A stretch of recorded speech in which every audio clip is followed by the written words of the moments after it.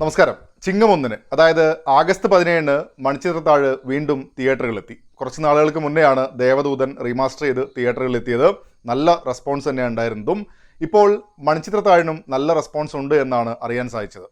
ഇതുവരെ തിയേറ്ററിൽ കാണാൻ സാധിച്ചിട്ടില്ല എന്നതുകൊണ്ട് തീർച്ചയായും മണിച്ചിത്രത്താഴ് തിയേറ്ററിൽ തന്നെ കാണണമെന്ന് ആഗ്രഹിച്ചിരുന്നു.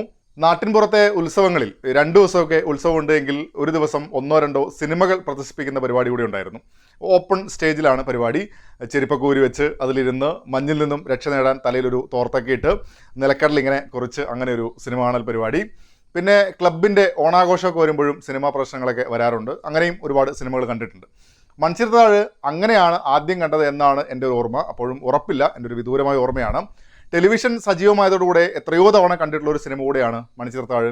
എത്ര കണ്ടതാണെങ്കിലും വരാൻ പോകുന്ന സീനിനെ കുറിച്ച് കൃത്യമായ ധാരണയുണ്ടെങ്കിലും കണ്ടു തുടങ്ങിയാൽ മറ്റ് തിരക്കുകളൊന്നുമില്ലെങ്കിൽ ബാക്കി കൂടെ കണ്ട് സണ്ണി ഗംഗയെ നകുലിനെ ഏൽപ്പിച്ച് ഇഷ്ടത്തെക്കുറിച്ച് അമ്മാവനോട് സൂചിപ്പിച്ച് കാറിൽ കയറ്റി വിടാതെ എനിക്ക് സമാധാനമില്ല എന്ന അവസ്ഥയാണ്. തിയേറ്റർ കാഴ്ചയിലും കണ്ടിരുന്നു. നല്ല രസമായിട്ട് തന്നെ. സിനിമ തുടങ്ങുന്നതിന് മുന്നേ ഈ സിനിമയിൽ പ്രവർത്തിച്ച ഇപ്പോൾ നമ്മുടെ കൂടെ ഇല്ലാത്തവരുടെ ചിത്രങ്ങൾ കാണിക്കുന്നുണ്ട്. നെടുമുടി വേണു, കുതിരോട്ടം പപ്പു, തിലകൻ, KPS ലളിത, അങ്ങനെ ഒരു കാലഘട്ടത്തിൻ്റെ മലയാള സിനിമയുടെ നെടുംതൂണായി നിന്നവർ, എത്രയോ അനശ്വര കഥാപാത്രങ്ങളെ സമ്മാനിച്ചവർ, അതുപോലെ തന്നെ അണിയറയിൽ പ്രവർത്തിച്ചവരും അവരെ വീണ്ടും ഓർക്കാനുള്ള സാഹചര്യം കൂടെ ഉണ്ടായി എന്നത് നല്ലൊരു കാര്യമായിട്ട് തന്നെ തോന്നി. സീൻ ബൈ സീൻ അറിയുന്ന മലയാളികൾക്കിടയിലേക്ക് തീർച്ചയായും റിവ്യൂ എന്ന നിലയിലല്ല ഈ വീഡിയോ. വീണ്ടും മണിച്ചിത്രത്താഴ് എന്ന സിനിമ പുതുതായി തിയേറ്ററിൽ കണ്ടപ്പോൾ എനിക്ക് അനുഭവപ്പെട്ട കാര്യങ്ങളെ ഒന്ന് ഷെയർ ചെയ്യുന്നത് മാത്രം. ദേവദൂതൻ വന്നതുപോലെയുള്ള ഒരു സാഹചര്യമല്ല മണിച്ചിത്രത്താഴിന്. മലയാളികൾ ഏറ്റവും കൂടുതൽ റിപ്പീറ്റ് വാച്ച് നടത്തിയ സിനിമകളിൽ ഒന്നാണ് വരുന്നത്. തുടക്കത്തിലെ രാഘവോ വിളി മുതൽ അങ്ങോട്ട് എടിയല്ല എടാ, ഗംഗ ഇപ്പോൾ പോകണ്ട, അതെന്താ പോയാൽ, ഗംഗേ, അമ്പട കേമ, സണ്ണിക്കുട്ട, മാടമ്പള്ളിയിലെ മനോരോഗി, 10 തലയാ, തരി രാവണൻ, അങ്ങനെ മലയാളികൾക്ക് ഇത്രയേറെ സംഭാഷണങ്ങൾ മനഃപ്പാടമായ വേറെ സിനിമ ഉണ്ടായില്ല. വലിപ്പച്ചെറുപ്പമില്ലാതെ ഓരോ കഥാപാത്രങ്ങളെയും അത്രമേൽ മലയാളികൾക്ക് പ്രിയപ്പെട്ടതായ സിനിമയായിരുന്നു മണിച്ചിത്രത്താഴ്. പത്തനംതിട്ടയിൽ ഞാൻ സിനിമ കാണാൻ പോയപ്പോഴും ഒരു കൊച്ചുകുട്ടി ആദ്യത്തെ രാഘവോ വിളിക്ക് തിരിച്ച് അതേ ടോണിൽ രാഘവോ എന്ന് വിളിക്കുന്നു. രക്ഷിതാക്കൾ ചിരിക്കുന്നു. ഞാൻ കരുതിയത് ഇനി മൊത്തം അങ്ങനെ ആകുമോ എന്നായിരുന്നു. പക്ഷേ നല്ല ഓഡിയൻസ് ആയിരുന്നു. അവരത് മനസ്സിൽ പറഞ്ഞുകൊണ്ട് തന്നെ എൻജോയ് ചെയ്യുന്നതായിട്ടാണ് തോന്നിയത്. 31 വർഷങ്ങൾക്ക് ശേഷമാണ് ചിത്രം വീണ്ടും തിയേറ്ററുകളിൽ എത്തുന്നത്. അന്ന് തിയേറ്റർ കാഴ്ച കഴിഞ്ഞ് ടെലിവിഷനിലേക്കും പിന്നീട് സോഷ്യൽ മീഡിയ പ്ലാറ്റ്ഫോമിലേക്ക് മീമായും സ്റ്റിക്കറായും ഒക്കെ മലയാളികൾക്ക് മണിച്ചിത്രത്താഴ് വളരെ പരിചിതമാണ്. സംഭാഷണങ്ങൾ സാഹചര്യമനുസരിച്ച് എത്രയോ തവണ നിത്യജീവിതത്തിലും നമ്മളൊക്കെ ഉപയോഗിച്ചുകൊണ്ടിരിക്കുന്നു. ആ രീതിയിൽ ജനപ്രിയത എന്നത് അടുത്ത തലമുറയിലേക്കൂടെ പകർന്നു നൽകാൻ ചിത്രത്തിന് സാധിച്ചിട്ടുണ്ട്. പെർഫോമൻസ് എന്നത് എഫക്റ്റീവായി നമുക്ക് കാണാൻ സാധിക്കുന്നത് തീർച്ചയായും ബിഗ് സ്ക്രീനിൽ തന്നെയാണ്. ശോഭനയ്ക്ക് മികച്ച നടിക്കുള്ള ദേശീയ സംസ്ഥാന അവാർഡുകൾ നേടിക്കൊടുത്ത ചിത്രം കൂടെയാണ്. മണിച്ചിത്രത്താഴിൻ്റെ റീമേക്കുകൾ മറ്റ് ഭാഷകളിലേക്ക് വന്നപ്പോഴും ആദ്യം ചർച്ച ചെയ്തത് പ്രകടനങ്ങൾ തന്നെയായിരുന്നു. ഇത്രയേറെ തവണ കണ്ടിട്ടും പ്രകടനങ്ങളുടെ ആ ഒരു മാസ്മരികത കാണാൻ സാധിച്ചത് തിയേറ്ററിൽ കണ്ടപ്പോഴാണ്. ഗംഗ നാഗവല്ലി ട്രാൻസിഷൻസ്, അതിലെ മൈന്യൂട്ടായ എക്സ്പ്രഷൻസ് പോലും, സണ്ണിയുടെ ഓരോ ഘട്ടങ്ങളിലുമുള്ള അവസ്ഥകൾ, സുരേഷ് ഗോപി, നെടുമുടി വേണു, ഇന്നസെന്റ്, KPS ലളിത തുടങ്ങിയ എല്ലാവരുടെയും ഓരോ സിറ്റുവേഷനിലും വരുന്ന എക്സ്പ്രഷൻസ് ഒക്കെ ബിഗ് സ്ക്രീനിൽ കാണുമ്പോഴും നല്ല അനുഭവം തന്നെയായിരുന്നു. ഹൊറർ എലമെന്റ്സ് ഒക്കെ പ്ലേസ് ചെയ്തിരിക്കുന്നത്, പാട്ടുകൾ, അതിലെ വരികൾ, പശ്ചാത്തല സംഗീതം, തമാശകളൊക്കെ മെയിൻ ടെക്സ്റ്റിനൊപ്പം കൊണ്ടുപോകുന്നത്, അങ്ങനെ മൊത്തത്തിൽ വീണ്ടും കാണുമ്പോൾ ശരിക്കും പറഞ്ഞാൽ കൗതുകമൊന്ന് കൂടുകയാണ് ഉണ്ടായത്. ടെലിവിഷനിലോ യൂട്യൂബിലോ ഒക്കെ കാണുമ്പോൾ ഈ രീതിയിൽ ആസ്വദിക്കാൻ പറ്റണമെന്നില്ല എന്ന് തോന്നുന്നു. ചില സ്ഥലങ്ങളിലൊക്കെ അഡീഷണലായി സംഗീതം ചേർത്തിട്ടുണ്ടോ പുതിയ വേർഷനിൽ എന്ന് തോന്നി, ഉറപ്പില്ല. പിന്നെ ആ കാലം, കഥാപാത്രങ്ങൾ എന്ന രീതിയിൽ കൂടെ തിയേറ്ററിൽ കാണുമ്പോൾ ഒരു പരിഗണന അർഹിക്കുന്നുണ്ട് ചിത്രം.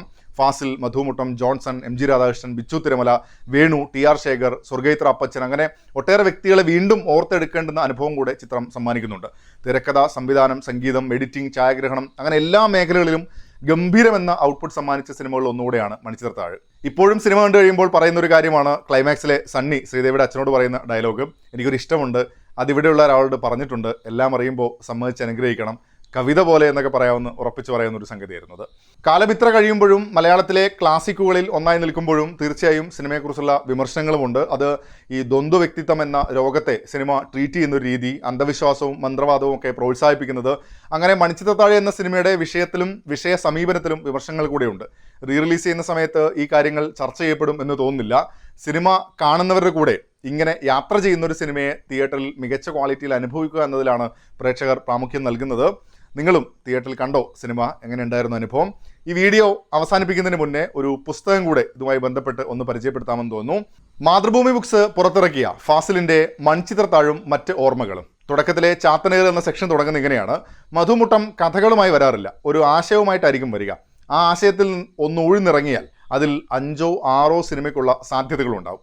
മാറ്റിവെച്ച പരീക്ഷ എന്ന ആശയവുമായിട്ടായിരുന്നു ആദ്യത്തെ വരവ്. അതിൽ നിന്നും വികസിച്ച് വന്നതാണ് എന്നെന്നും കണ്ണേട്ടൻ്റെ എന്ന സിനിമ. പിന്നീട് വന്നത് തെണ്ടക്കാരുടെ സെറ്റ് എന്ന ആശയവുമായിട്ടായിരുന്നു. അതിൽ നിന്നും കാക്കോത്തിക്കാവിലെ അപ്പൂപ്പൻ താടികളുണ്ടായി. ഒരിക്കൽ മധു ലാഘവത്തോടെ എന്നോട് പറഞ്ഞു, മാഷേ നമുക്ക് ചാത്തനേറിനെ കുറിച്ച് ഒന്ന് ആലോചിച്ചാലോ. ചാത്തനേറോ? മധുമെല്ലെ വിശദീകരിച്ചു. വൈദ്യുതി വരുന്നതിന് മുൻപായിരുന്നു ഈ ചാത്തൻ വിളയാട്ടങ്ങളൊക്കെ. വെളിച്ചം വന്നതിന് ശേഷം അത് കുറഞ്ഞു വന്നു. സത്യത്തിൽ ഈ വിക്രികളൊക്കെ കാണിക്കുന്നത് ചാത്തനല്ല, സാക്ഷാൽ മനുഷ്യൻ തന്നെയാണ്. അതൊരു തരം ലഘു മനോരോഗമാണെന്ന് സൈക്കാട്രി പിന്നീട് കണ്ടെത്തി. പിന്നീട് ആ ചർച്ചകൾ മുന്നോട്ട് പോയതും മണിച്ചിത്രത്താഴ് എന്ന സിനിമ സംഭവിച്ചതുമൊക്കെ ഫാസിൽ രസമായി തന്നെ പറയുന്നുണ്ട്. 3 വർഷം കൊണ്ട് പൂർത്തിയാക്കി തിരക്കഥ, സിനിമയുടെ വിവിധ ഘട്ടങ്ങളിൽ കൂടെയുള്ളവരുടെ പ്രോത്സാഹനങ്ങളും നിരുത്സാഹപ്പെടുത്തലുകളും ഒക്കെ ഫാസിൽ ഇതിൽ വിശദീകരിക്കുന്നുമുണ്ട്. മണിച്ചിത്രത്താഴ് ആസ്വദിച്ച ഒരാൾക്ക് അതുപോലെ തന്നെ വായനയിൽ സുഖം തരുന്നൊരു പുസ്തകമാണ്. ആ സിനിമയുടെ പിറവിക്ക് പിന്നിലെ കഥകളെ ഒരു സിനിമ പോലെ തന്നെ ആസ്വദിക്കാം. അപ്പോൾ പുസ്തകം വായിച്ചിട്ടുണ്ട് എങ്കിൽ മണിച്ചിത്രത്താഴിനെ കുറിച്ചുള്ള നിങ്ങളുടെ ഓർമ്മകളും കമൻറ്റ് ബോക്സിൽ പങ്കുവെക്കുന്നിരുന്നു. അപ്പോൾ വീണ്ടും കാണാം. Take care.